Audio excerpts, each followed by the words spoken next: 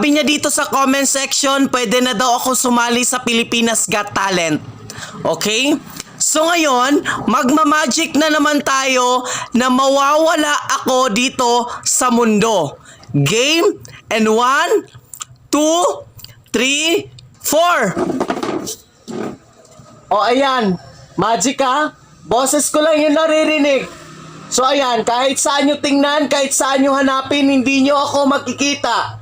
Ha? Look and listen. Boses ko lang yung pwede nyong marinig. Invisible po ako. Ngayon, imamagic ko naman kayo na ibabalik ko yung nakaraan.